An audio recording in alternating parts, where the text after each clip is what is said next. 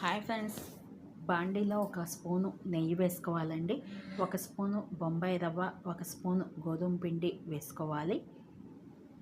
ఇది కొంచెం బాగా వేగాలండి. వేగిన తర్వాత ముందుగా తురిమి పెట్టుకున్న ఒక కప్పు కొబ్బరి వేసుకోవాలి.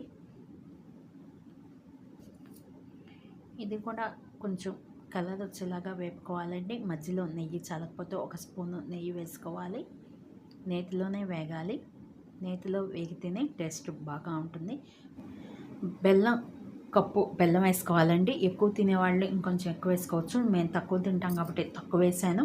అలాగే ఒక కప్పు వాటర్ వేసుకొని బాగా బెల్లం అంతా కూడా కరిగేలాగా ఉడకనివ్వాలి. మనం ఇందాక ఒక కప్పే వాటర్ వేసుకున్నాం కదండి. ఆ వాటర్ కొంచెం బాగా మరిగిన తర్వాత ఇప్పుడు ఒక కప్పు పాలు పోసుకోవాలి. రెండు ఒకేసారి వేసుకోవచ్చండి, కానీ ముందు వాటర్ వేసి వాటర్లో ఉడికిన తర్వాత పాలు పోస్తే ఆ టేస్ట్ వేరే వస్తుంది. కొంచెం ఒక స్పూను నెయ్యి వేస్తున్నాను.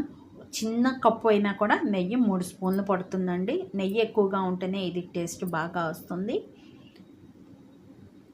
చూడండి, దగ్గరికి వచ్చేసింది, చక్కగా మొత్తం ఉడికిపోయింది. ఇప్పుడు మనం స్టవ్ ఆఫ్ చేసి మనం గిన్నెలోకి సర్వ్ చేసుకోవటమే. Thank you. లైక్ చేయండి, షేర్ చేయండి.